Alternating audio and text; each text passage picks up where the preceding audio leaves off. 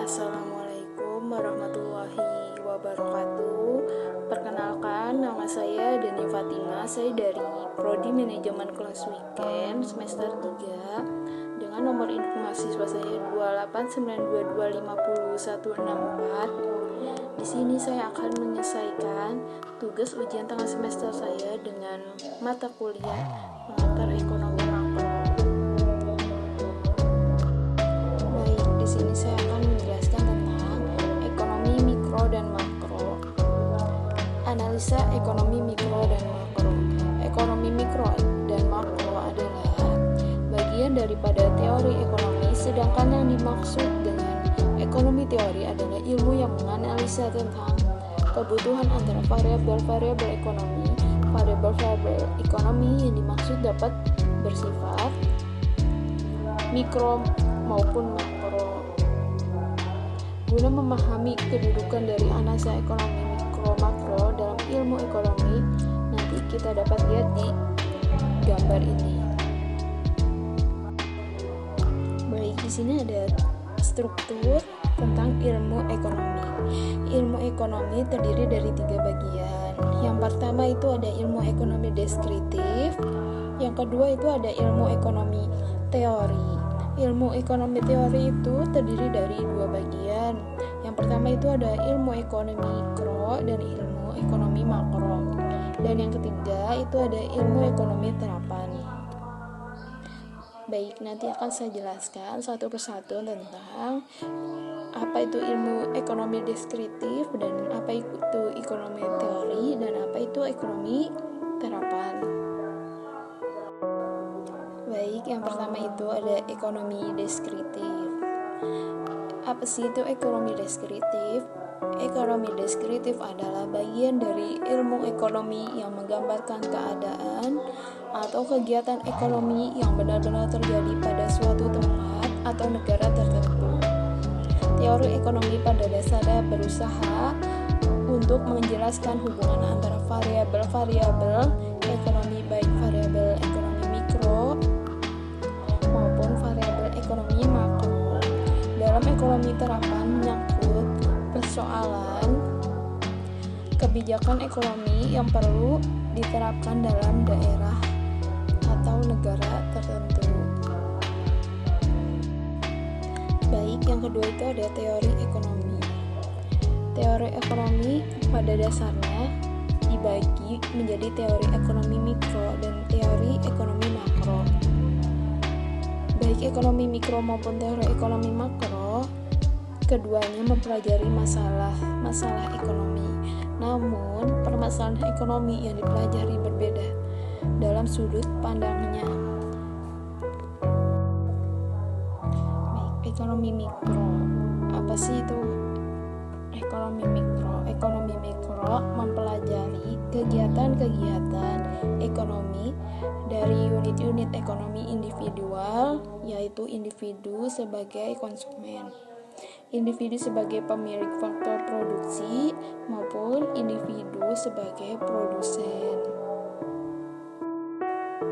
Baik, analisa ekonomi mikro terdiri dari teori harga, teori produsen, dan teori distribusi.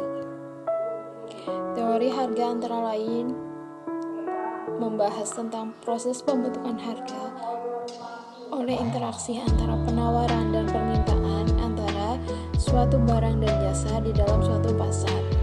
Faktor-faktor yang mempengaruhi perubahan permintaan dan penawaran, hubungan antara harga, permintaan dengan penawaran, bentuk-bentuk pasar, dan sebagainya. Teori produksi antara lain menganalisa tentang masalah biaya produksi, tingkat produksi yang paling menguntungkan bagi produsen yang harus dipilih oleh produsen agar tujuan untuk mencapai laba maksimum tercapai.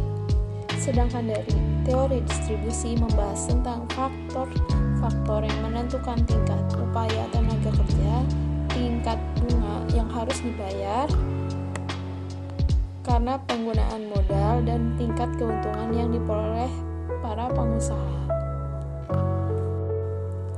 Baik, selanjutnya itu ekonomi makro. Apa sih itu ekonomi makro? ekonomi makro apabila di dalam ekonomi mikro menganalisis kegiatan-kegiatan dari permasalahan ekonomi dari unit-unit ekonomi individual, maka di dalam ekonomi makro menganalisinya dari pendekatan sebaliknya. Ya, artinya yang dipelajari dalam ekonomi makro adalah variabel-variabel total seperti pendapatan nasional, konsumsi, tabungan masyarakat, investasi total, dan sebagainya. Ekonomi makro menganalisa keadaan keseluruhan dari kegiatan perekonomian. Di dalam ekonomi makro tidak membahas kegiatan yang dilakukan oleh seorang produsen, seorang konsumen, atau seorang pemilik faktor produksi, tetapi pada keseluruhan tindakan para konsumen, para pengusaha, pemerintah, lembaga-lembaga keuangan, dan negara-negara, serta bagaimana pengaruh tindakan-tindakan tersebut terhadap perekonomian secara keseluruhan. Permasalahan ekonomi makro. Pada dasarnya ilmu ekonomi dipelajari karena mempunyai kegunaan. Ilmu ekonomi berguna karena dapat memberikan petunjuk-petunjuk mengenai kebijakan apa yang bisa diambil untuk mengulangi suatu permasalahan ekonomi tertentu. Ekonomi makro yang merupakan salah satu cabang ilmu ekonomi dapat membantu memecahkan permasalahan kebijakan ekonomi secara makro.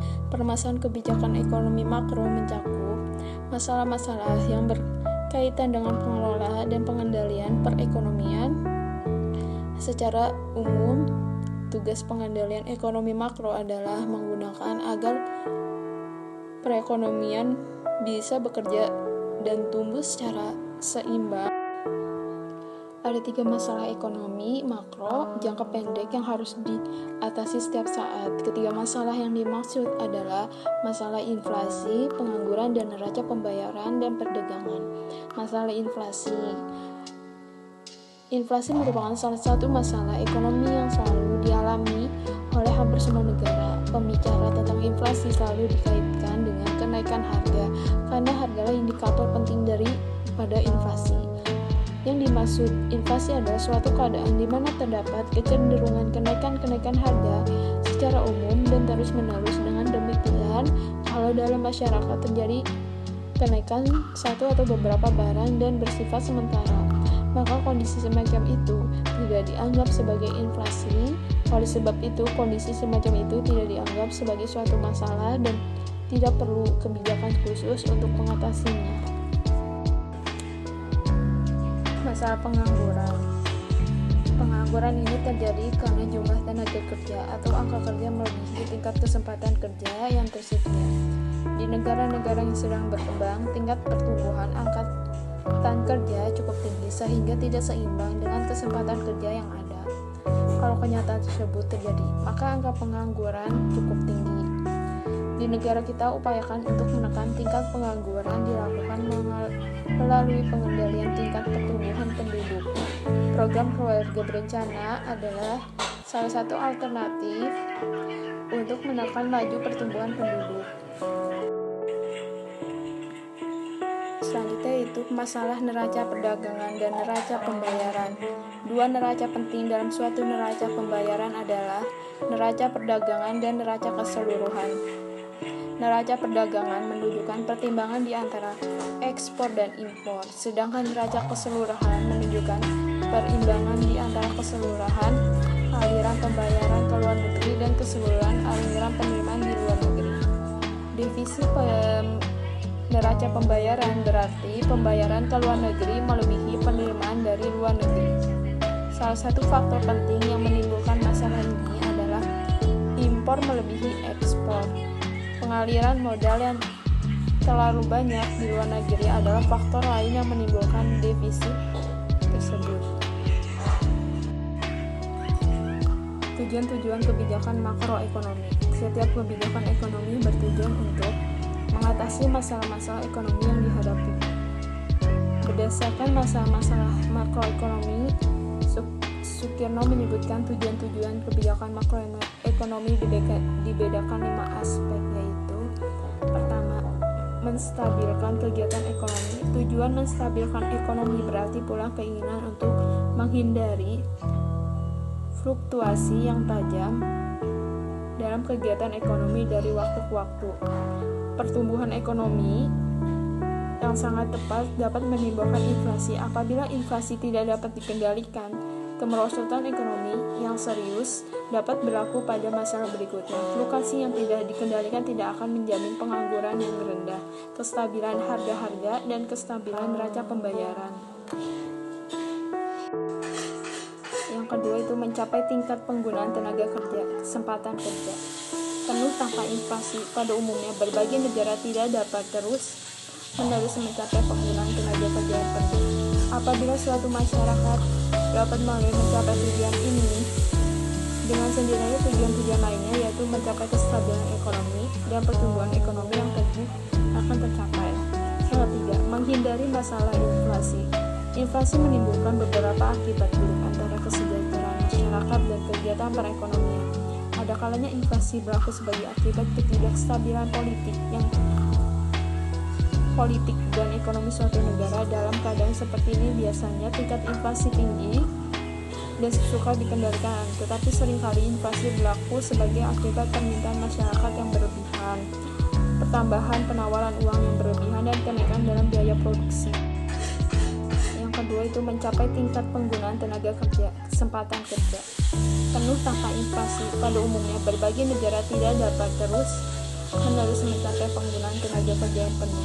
Apabila suatu masyarakat dapat mencapai tujuan ini, dengan sendirinya tujuan-tujuan lainnya, yaitu mencapai kestabilan ekonomi dan pertumbuhan ekonomi yang teguh, akan tercapai. Yang ketiga, menghindari masalah inflasi. Inflasi menimbulkan beberapa akibat buruk antara kesejahteraan masyarakat dan kegiatan perekonomian. Ada kalanya inflasi berlaku sebagai akibat ketidakstabilan politik dan ekonomi suatu negara. Dalam keadaan seperti ini biasanya tingkat inflasi tinggi dan suka dikendalikan, tetapi seringkali inflasi berlaku sebagai akibat permintaan masyarakat yang berlebihan, pertambahan penawaran uang yang berlebihan, dan kenaikan dalam biaya produksi. Yang keempat, menciptakan pertumbuhan ekonomi yang teguh. Ada 2 alasan yang menyebabkan suatu negara harus berusaha mencapai pertumbuhan ekonomi yang teguh. Dalam jangka panjang, menyediakan kesempatan kerja kepada tenaga kerja yang terus-menerus bertambah dan untuk menaikkan tingkat kemakmuran masyarakat. Kedua alasan ini merupakan pendorong utama pemerintah dan menciptakan pertumbuhan ekonomi yang teguh. Yang kelima, mewujudkan keukuhan neraca pembayaran dan kurs valuta asing. Krisis moneter yang di dalamnya Indonesia dan beberapa negara asing lain pada tahun 1997 sampai 1999 merupakan pengalaman pahit yang menunjukkan bagaimana sektor luar negeri dapat menimbulkan efek buruk terhadap kegiatan ekonomi dalam negeri. Neraca pembayaran yang tidak kukuh akan mengurangi kemampuan suatu negara dalam menghadapi masalah pengaliran dana ke luar negeri yang melebihi dari keadaan yang kebiasaan berlaku. Sebagai akibatnya, cadangan mata uang asing akan merosot dan kurs mata uang asing meningkat. Bentuk-bentuk kebijakan makroekonomi. Yang pertama, kebijakan fiskal. Kebijakan fiskal meliputi langkah-langkah pemerintah membuat perubahan dalam bidang perpajakan dan pengeluaran pemerintah dengan maksud untuk mempengaruhi pengeluaran agregat dalam perekonomian.